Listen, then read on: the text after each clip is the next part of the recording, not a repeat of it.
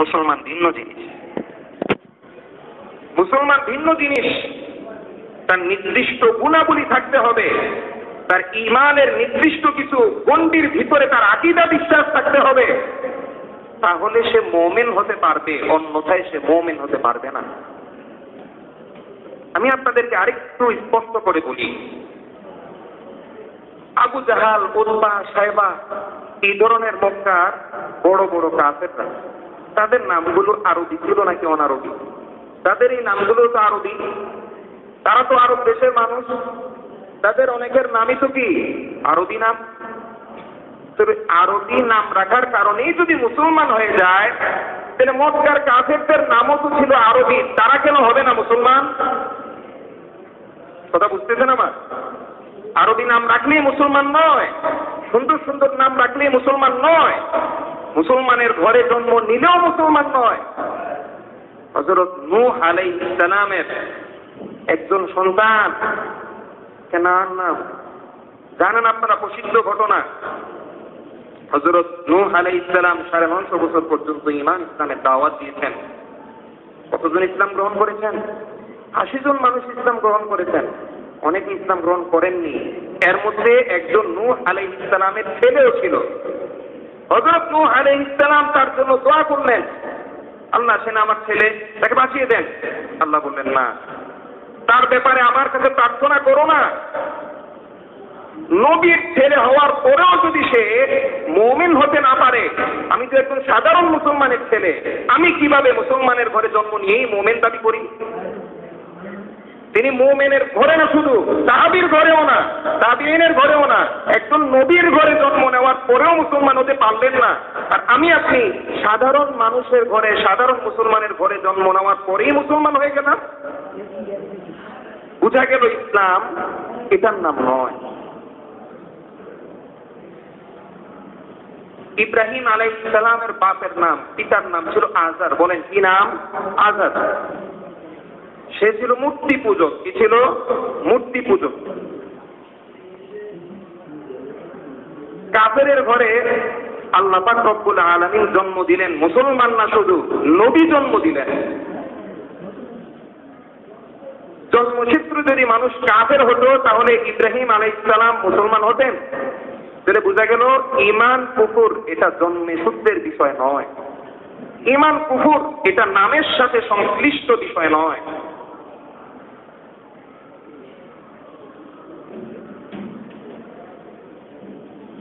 ঈমান কুফর কিছু কাজ, কিছু আমলের নাম, কিছু ঈমান, কিছু বিশ্বাস, কিছু আকীদা, কিছু ইয়াকিন, এগুলোর নাম ঈমান। এগুলো লালন করতে হবে, তাহলে মুসলমান, অন্যথায় মুসলমান নয়। এখন আমরা ওই কথায় চলে যাই, রাসূলের হাদিস নিয়ে আলোচনা করছিলাম আমরা। একজন মানুষ সকালবেলায় মুসলমান, বিকালে হয়ে গেল কাফের, বিকালে মুসলমান, সকালে হয়ে গেল কাফের। তার মানে অহরহ মানুষ কাফের হতে থাকবে। রাসূলের কথার সার কথা হলো এটা। দিনে দিনে, প্রতিদিন, সময়ে সময়ে হাজারে হাজারে মানুষ সময়ে সময়ে কাফের হতে থাকবে। এটা হলো রাসূলের হাদিসের সার কথা। এখন আমরা খুঁজি আসলে কি মানুষ ক্ষণে ক্ষণে, সময়ে সময়ে কাফের হচ্ছে কিনা, এটা আমরা একটু সমাজে তালাশ করি।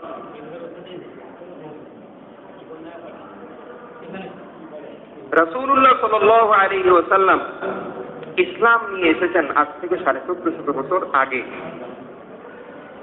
রাসূল সাল্লাল্লাহু আলাইহি ওয়াসাল্লাম যতদিন জীবিত ছিলেন, রাসূলের পরে খোলাফায়ে রাশিদিন বা তার পরবর্তী সময় তারা রাষ্ট্র পরিচালনা করেছেন। কি পরিচালনা করেছেন? রাষ্ট্র পরিচালনা করেছেন। নির্দিষ্ট দণ্ডবিধি ছিল, নির্দিষ্ট হুদুদ ছিল, নির্দিষ্ট দণ্ডবিধি, ফৌজদারি আইন ছিল। আমি আপনাদেরকে জিজ্ঞাসা করতে চাই, রাসূল সাল্লাল্লাহু আলাইহি ওয়াসাল্লাম শুধু ওই জমানার নবী ছিলেন, নাকি কিয়ামত পর্যন্ত পুরা সময়ের সমস্ত মাখলুকাতের নবী? আমরা ঘোষণা দিলেই কি না দিলেই কি, আল্লাহ পাক রব্বুল আলামিন 17 পারা 10 নম্বর পৃষ্ঠায় রাসূলের ব্যাপারে ঘোষণা দিয়েছেন, ওয়ামা আরসালনাকা ইল্লা রাহমাতাল লিল আলামিন। আমি আপনাকে গোটা জগৎবাসীর জন্য রহমত হিসাবে প্রেরণ করেছি। কি বোঝা গেল? জগৎবাসী কি শুধু ওই সময়ের, নাকি কিয়ামত পর্যন্ত সমস্ত সৃষ্টিজীব?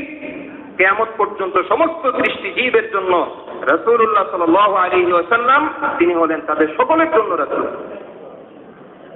রাসূল যেরকম সব সময়ের জন্য রাসূলের বিধান, রাসূল যেই দণ্ডবিধি নিয়ে এসেছেন, যে ফৌজদারি আইন তিনি নিয়ে এসেছেন, তিনি যে ফৌজদারি আইনের মাধ্যমে বিচার কার্য পরিচালনা করেছেন, তার পরবর্তীতে খোলাফায়ে রাশিদিনগণ যে ফৌজদারি আইনের ভিত্তিতে বিচার কার্য পরিচালনা করেছেন, সেই ফৌজদারি আইন শুধু ওই সময়ের জন্য উপযুক্ত ছিল, নাকি কিয়ামত পর্যন্ত সব সময়ের জন্য উপযুক্ত? বলেন তো।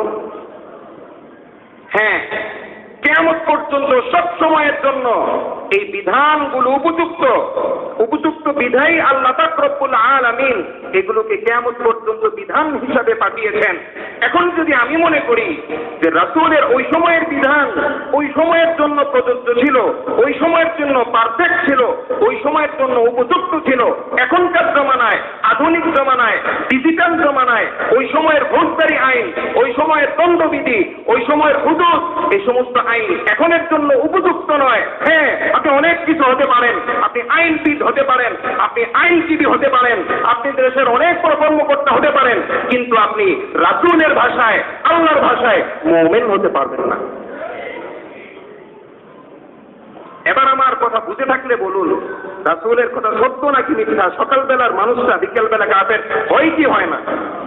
আমাদের সমাজে এমন হাজারো মানুষ আছে কিনা যারা ইসলামের এই দ্বন্দ্ববিধিগুলোকে এখনকার জন্য, এখনের সময়ের জন্য উপযুক্ত মনে করে না? আছে কি নাই? রাসূল সাল্লাল্লাহু আলাইহি ওয়াসাল্লাম রাষ্ট্র পরিচালনা করেছেন। রাসূল একজন শুধু ইমাম ছিলেন না, রাসূল একজন শুধু খতিব ছিলেন না, রাসূল রাষ্ট্রনায়ক ছিলেন।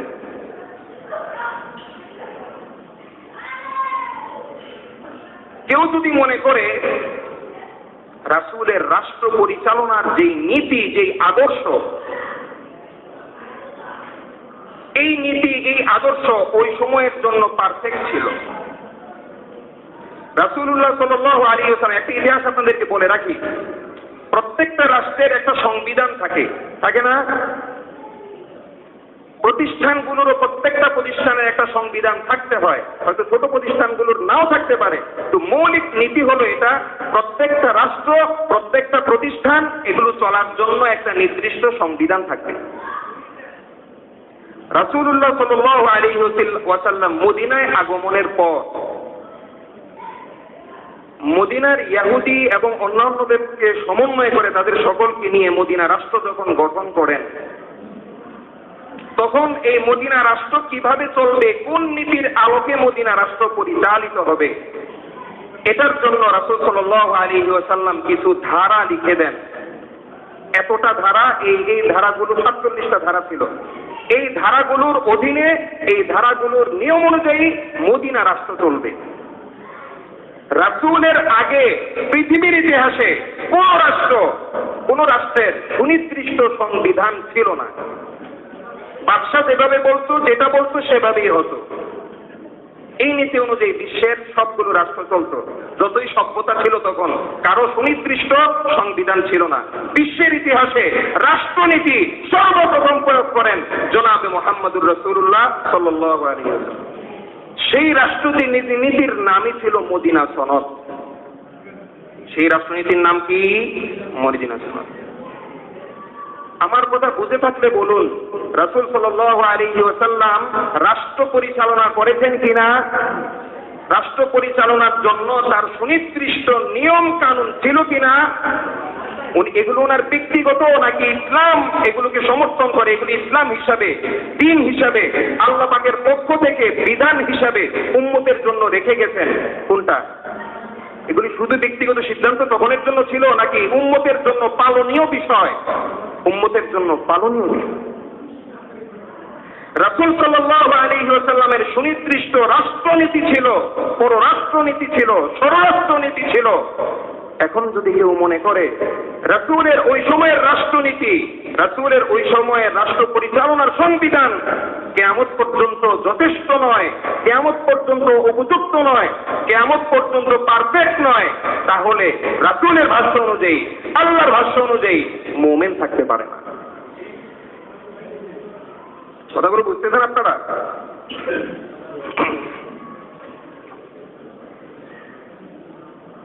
আল্লাহ পাকের বিধানের বিরুদ্ধে যুক্তি দেওয়ার অভ্যাস আমাদের বর্তমান সমাজে তথাকথিত কিছু বুদ্ধিজীবীদের অভ্যাস আছে। ইসলামের বিধানের বিরুদ্ধে যুক্তি তুলে ধরে ইসলামের বিধানকে অযৌক্তিক প্রমাণ করার অপচেষ্টা করা। বুঝতেছেন কথাগুলো আপনারা? খুব একটা উদাহরণ দিয়ে, এত বেশি উদাহরণ দেওয়ার সময় নেই। কুরবানির সময় আসলে কিছু মানুষ যুক্তি পেশ করতে থাকে যে কুরবানির সময় আমাদের দেশে, অন্য দেশের গুলো বাদ, আমাদের দেশে এত এত কোটি গরু ছাগল জবাই হয়। সরকারের এক এক সময় এক এক হিসাব দাঁড়ায় 4 কোটি 5 কোটি এই পরিমাণ গরু ছাগল জবাই হয় আমাদের দেশে। ওরা যুক্তি পেশ করে এই গরু ছাগলগুলো এভাবে জবাই করে প্রাণীদেরকে কষ্ট দেওয়ার কি দরকার ছিল?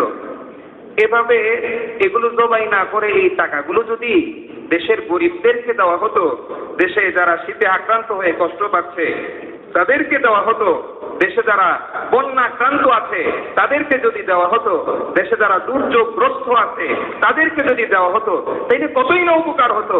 এত এত গরুগুলো ছাগলগুলো জবাই করা কি মানে? যুক্তি দেয় কি দেয় না? হজের সময় আসলেও এরকম সফর করে এত কোটি কোটি টাকা নষ্ট করার কি দরকার আছে? মক্কা মদিনা না গেলেই কি হয়? এই টাকাগুলো গরিবদেরকে দিয়ে দিলে কি হতো?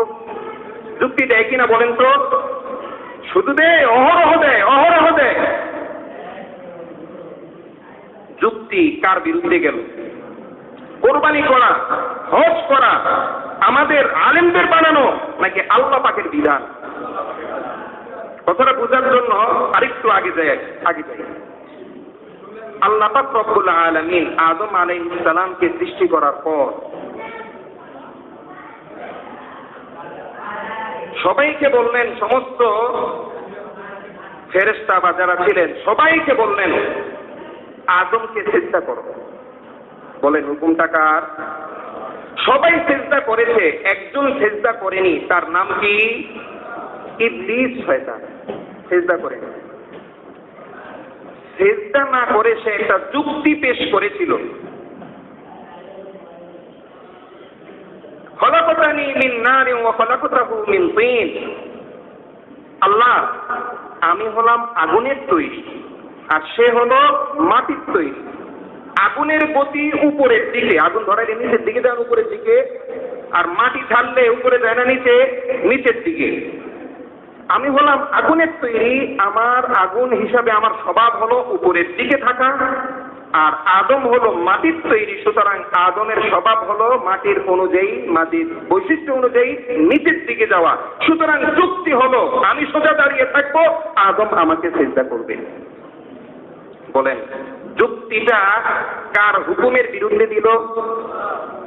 এই এক হুকুম, আল্লাহ পাকের একটা বিধান, একটা হুকুমের বিরুদ্ধে যুক্তি দেওয়ার কারণে আল্লাহ পাক রব্বুল আলামিন শয়তানকে বলে দিলেন, ইবলিসকে বলে দিলেন, তুমি চিরস্থায়ী জাহান্নামী, তুমি চিরস্থায়ী জাহান্নামী, কখনো জান্নাতে যেতে পারবে না। শয়তান হয়ে গেল, চিরস্থায়ী জাহান্নামী হয়ে গেল। কিসের কারণে? আল্লাহ পাকের হুকুমের বিরুদ্ধে যুক্তি দাঁড় করানোর কারণে। আল্লাহ পাকের কতটা হুকুমের বিরুদ্ধে যুক্তি দাঁড় করিয়েছে বলেন? একটা হুকুমের বিরুদ্ধে।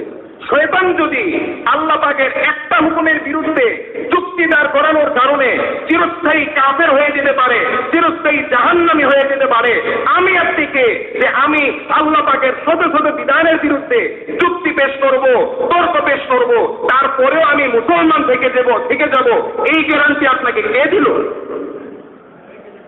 শয়তান আল্লাহ পাকের এক হুকুমের বিরুদ্ধে যুক্তি দেওয়ার কারণে কাফের, আর তথাকথিত বুদ্ধিজীবীরা আল্লাহ পাকের হাজারো বিধানের বিরুদ্ধে যুক্তি পেশ করেও তারা থাকবে ওই যে জন্ম সনদের কারণে মুসলমান, এইটা রাষ্ট্রীয়ভাবে সে মুসলমান থাকতে পারে, আল্লাহ পাকের হুকুম অনুযায়ী সে মুসলমান থাকতে পারে না। কথাগুলো বুঝতেছেন আপনারা আমার?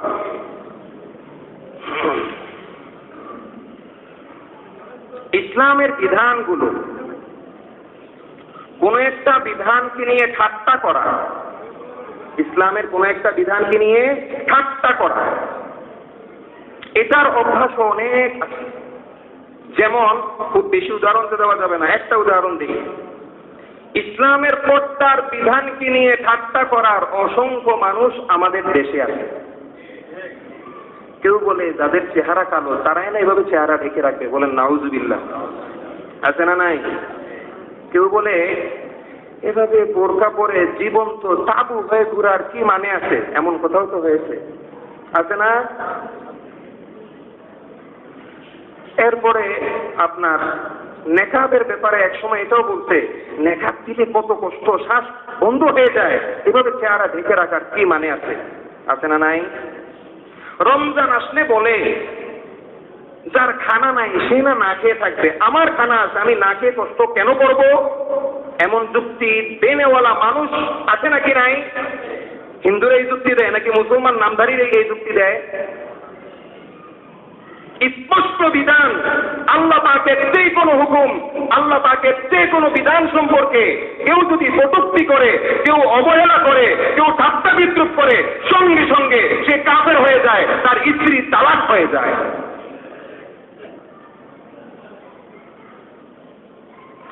এই রোগের আসামি আছে না নাই?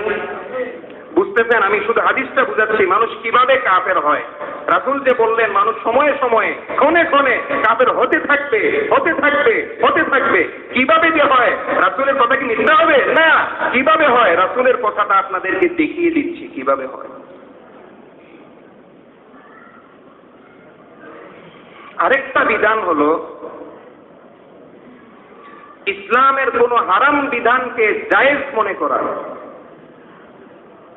ইসলাম এটাকে হারাম করেছে, এটাকে আপনি হালাল মনে করা, অথবা ইসলাম এটাকে হালাল করেছে আপনি এটাকে হারাম মনে করা, এটা কুফরি, এটা কুফরি। বলেন শুকরের গোশত খাওয়া হালাল নাকি হারাম? হারামটা কে করেছেন? আল্লাহ পাক করেছেন। কেউ আল্লাহ পাকের বিধান পালন করলো না, গুনাহে লিপ্ত হয়ে গেল, শুকরের গোশত খাইল, এটার কারণে সে কাফের হবে না। মনে করতেছে, সে বিশ্বাস করে যে শুকরের গোশতটা এই হারাম, হারাম, তারপরেও খাচ্ছে, গুনাহগার হবে, কবিরা গুনাহ হবে, কিন্তু কাফের হবে না। কিন্তু যদি বলে যে এই যে শুকর কত সুন্দর এই যে পরিবেশে লালন হয়, আমাদের দেশে আর কি দেখা যায় অনেক খারাপ পরিবেশে থাকে, কিন্তু শুকরের যে ফার্ম আছে সেখানে অনেক সুন্দর পরিবেশে, পরিচ্ছন্ন পরিবেশে, স্বাস্থ্যপূর্ণ অবস্থায় তারা থাকে, এগুলোকে লালন পালন করা হয়। এখন যদি কেউ বলে এত সুন্দর পরিবেশে এরা থাকে, এত স্বাস্থ্যকর খাবার, এটা আমি না খাবো, না, আল্লাহ পাক এটা হারাম করবেন, হতে পারে না। আল্লাহ পাকের হারামকে কি মনে করলো? হালাল মনে করলো। আল্লাহ পাকের, আমি তো একটা উদাহরণ দিলাম শুধু, এভাবে যেই কোনো হারামকে যদি কেউ হালাল মনে করে ঈমান থাকবে না। এরকম অসংখ্য উদাহরণ আছে, বর্তমান আমাদের দেশেও অনেক উদাহরণ আছে এরকম। আল্লাহ পাক করেছেন হারাম, রাসূল স্পষ্ট বলে দিয়েছেন হারাম। বুখারী শরীফের মধ্যেও অনেক হাদিস রয়েছে, এছাড়া অন্য অন্য হাদিসের অনেক কিতাবে রাসূল স্পষ্ট বলেছেন একদম তারা জাহান্নামের সবচেয়ে কঠিন আযাব ভোগ করবে। রাসূল বললেন হারাম, কিন্তু এরপরও যে ব্যক্তি বললে হালাল, সাথে সাথে তার ঈমান চলে যাবে। হারামকে হালাল বললে, হালালকে হারাম বললে ঈমান থাকবে না। বুঝতেছেন কথাগুলো? আরো একটা উদাহরণ দিই। উলামায়ে কেরামের দায়িত্ব সব সময় ইসলামের সঠিক কথাগুলো জাতির সামনে তুলে ধরা, পেশ করা। কে সন্তুষ্ট হলো, কে অসন্তুষ্ট হলো, আমার উপর কি বিপদ আসবে, আমার উপর কি মুসিবত আসবে, এটা আমার দেখার বিষয় নয়। প্রকৃত আলেম, প্রকৃত উম্মতের দরদী রাহবার তারাই যারা নিজের স্বার্থের পরোয়া করে না, যারা নিজের জীবনের মায়া করে না, সব কিছু ত্যাগ করে করে, স্বার্থ বিলীন করে আল্লাহ পাকের সন্তুষ্টির জন্য, আল্লাহ পাকের নাজাত পাওয়ার জন্য যারা সঠিক মাসআলাগুলো বলে যায় তারাই হলো হক্কানি আলেম। আপনি হুজুর হক কথা বলার কারণে হুজুরের বিরুদ্ধে লেগে গিয়েছেন, সঠিক মাসআলা বলার কারণে হুজুরের বিরুদ্ধে লেগে গিয়েছেন। উদাহরণ দিই, যেমন কথার কথা, আপনি দুর্নীতিতে লিপ্ত, হুজুর কেন দুর্নীতি হারাম এই কথা বললেন, এই কারণে হুজুরের প্রতি আপনার বিদ্বেষ শুরু হয়ে গেছে। হুজুর কেন চুরির বিরুদ্ধে কথা বললেন, সাথে সাথে আপনি হুজুরের কলাম ধরছেন। হুজুর কেন ইসলামের এভাবে বিধানগুলো, আপনি সুদে লিপ্ত, হুজুর সুদের কথা বলছেন, আপনার অবস্থা খারাপ হয়ে গেছে, আপনি হুজুরের বিরুদ্ধে লেগে গিয়েছেন। মূলত হুজুরের বিরুদ্ধে লাগেননি, লাগছেন কার বিরুদ্ধে? কারণ হুজুর তো শুধু নিজের কথাটা বলেননি, কার কথা শুনিয়েছেন? আল্লাহর কথা। এই জন্যে মুফতিয়ানে কেরাম বলেছেন, যদি কোনো ব্যক্তি ওলামায়ে কেরামকে এই কারণে বিসৎকার করে, এই কারণে গালি দেয় যে হুজুর কেন ইসলামের মাসআলাটা বললেন, কেন বলতে গেলেন সঠিক মাসআলা, কেন বলতে গেলেন হক কথাটা, এই কথা বলার কারণে, হক কথা বলার কারণে আলেম, সে আলেম হওয়ার কারণে আপনি তাকে গালিগালাজ শুরু করলেন, তার বিরুদ্ধে বিসৎকার করা শুরু করলেন, তার বিরুদ্ধে অ্যাকশন নেওয়া শুরু করলেন। আপনি পাওয়ারফুল নেতা হতে পারেন, আপনি অনেক কিছু হতে পারেন, কিন্তু আল্লাহর আদালতে, আল্লাহ পাকের দৃষ্টিতে যেদিন এই কাজ করেছেন সেদিন থেকে মুমিনের খাতা থেকে আপনার নাম কেটে দিয়ে আল্লাহ পাক রব্বুল আলামিন কাফেরদের খাতায় আপনার নাম লিখে দিয়েছেন। হুজুরের সাথে আপনার ব্যক্তিগত দ্বন্দ্ব থাকতে পারে, ব্যক্তিগত দূরত্ব থাকতে পারে, জমি পাশাপাশি একটা ঠেলাঠেলি আছে, এটা হলো ব্যক্তিগত দ্বন্দ্ব। ব্যক্তিগত দ্বন্দ্বের কারণে গালি দিলে ঈমান যাবে না, কিন্তু হুজুর হক কথা বলার কারণে আপনি দ্বন্দ্ব সৃষ্টি করেছেন, সেই সূত্রে গালি দিয়েছেন, সেই সূত্রে হুজুরের বিরুদ্ধে লেগেছেন, এমনটা করলে ঈমান চলে যাবে। বুঝতেছেন কথাগুলো? আর বলবো না। বলেন তো, এই কয়েকটা রোগের কথা যে বললাম, এই রোগের রোগী আমাদের দেশে একজন দুজন নাকি অহরহ আছে এমন রোগী? রাসূলের হাদিস থেকে এবার বুঝতে পেরেছেন রাসূল কেন বললেন সকাল বেলার মুমিন বিকালে কাফের, বিকাল বেলার মুমিন সকালে কাফের? কেন বললেন? এই যে এই কয়েকটা হালত শোনালাম, মনে রাখবেন।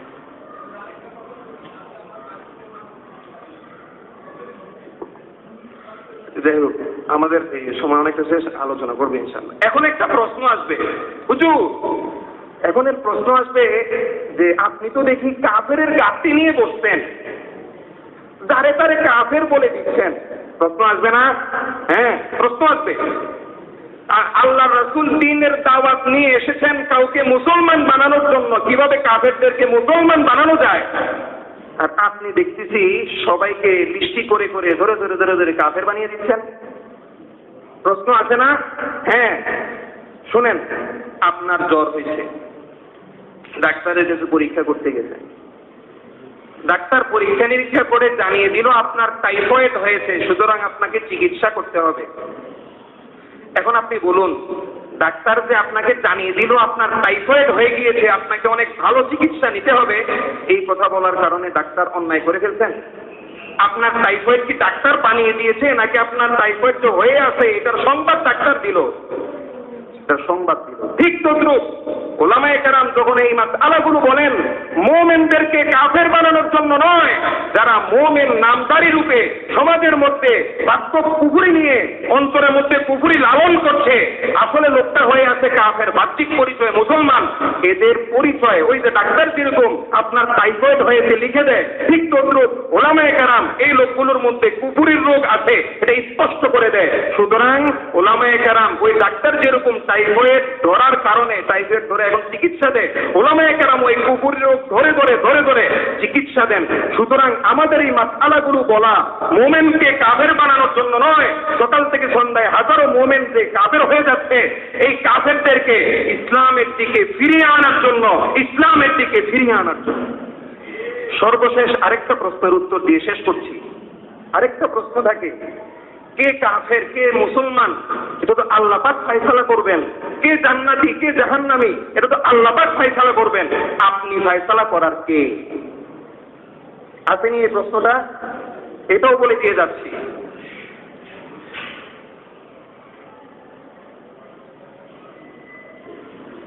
আল্লাহ পাক রব্বুল আলামিন আমি আয়াত শেষ করতে পারবো না, অনেকগুলো আয়াতে আছে। যেমন সূরা আলে ইমরানে আছে, ইন্নাল্লাযীনা কাফারু ওয়া মাতু ওয়া হুম কুফফারুন ফালান ইউকবালা মিন আহাদিহিম মিলউল আরদি যাহাবান ওয়ালাউ ইফতাদা বিহি উলাইকা লাহুম আযাবুন আলীম ওয়া মা লাহুম মিন নাসিরিন। যারা কুফরি করে, কুফরি অবস্থায় মৃত্যুবরণ করে, সূরা বাকারায় আছে, সূরা আলে ইমরানে আছে, সূরা নিসায় আছে, এরপরে সূরা মুহাম্মাদে আছে, কমপক্ষে 4টা সূরার কথা বললাম। সবগুলো সূরার মধ্যে এই একটা কথা আছে, কুফরি অবস্থায় কেউ মৃত্যুবরণ করলে চিরস্থায়ী জাহান্নামী, কখনোই সে জান্নাতে যেতে পারবে না।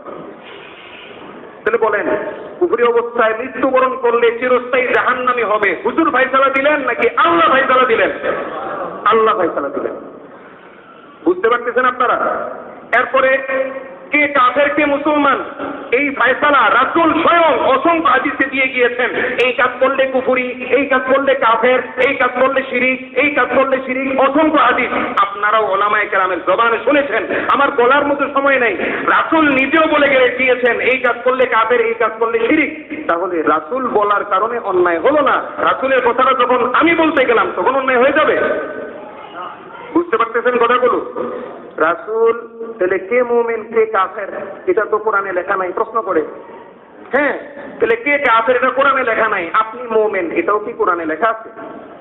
তাহলে আপনি মুমিন দাবি করেন কেন? হ্যাঁ, কোরআন হাদিসে এমন কতগুলো ইয়াকিনের কথা, এমন কতগুলো বিশ্বাসের কথা, এমন কতগুলো আকীদার কথা বলে দেওয়া আছে, যে কাজগুলো, যে বিশ্বাসগুলো, যে আকীদাগুলো অন্তরে পোষণ করলে মুমিন, এই আকীদাগুলোর বিপরীতটা অন্তরে পোষণ করলে কাফের। সুতরাং আমরা যখন এটা করলে কাফের, ওটা বললে মুসলমান বলি, এটা আমাদের কথা নয়, আল্লাহ আল্লাহর রাসূলের কথা আমরা শুনিয়ে যাই। কথাগুলো কি আপনারা ক্লিয়ার বুঝতে পেরেছেন? আল্লাহ পাক আমাদের সকলকে আমল করার তৌফিক দান করেন। মনে রাখবেন, আমার জীবনের সবচেয়ে বড় সম্পদ ঈমান। দলীয় পদ আমার বড় সম্পদ নয়, আমার ব্যবসায়ী পণ্য আমার বড় সম্পদ নয়, আমার ব্যবসায়ী প্রতিষ্ঠান আমার বড় সম্পদ নয়, আমার চাকরি আমার বড় সম্পদ নয়। আমার সবচেয়ে বড় সম্পদ, এমনকি দেশের থেকেও আমার কাছে সবচেয়ে দামি, আমার ঈমান, আমার ইসলাম, আমার কোরআন, আমার হাদিস, আমার আল্লাহ, আমার রাসূল। সবকিছু একদিকে, আল্লাহ ছাড়তে পারি না, কোরআন ছাড়তে পারি না, হাদিস ছাড়তে পারি না, রাসূল ছাড়তে পারি না, আল্লাহর বিধান আমি ছাড়তে পারি না। সবকিছু পিছনে, এগুলো আমার সামনে। এটাই হবে মুমিনের পরিচয়। আল্লাহ পাক আমাদের সকলকে বুঝার এবং আমল করার তৌফিক দান করুন। ওয়া মা তৌফিকি ইল্লা বিল্লাহ। আসসালামু আলাইকুম ওয়া রাহমাতুল্লাহি ওয়া বারাকাতুহু।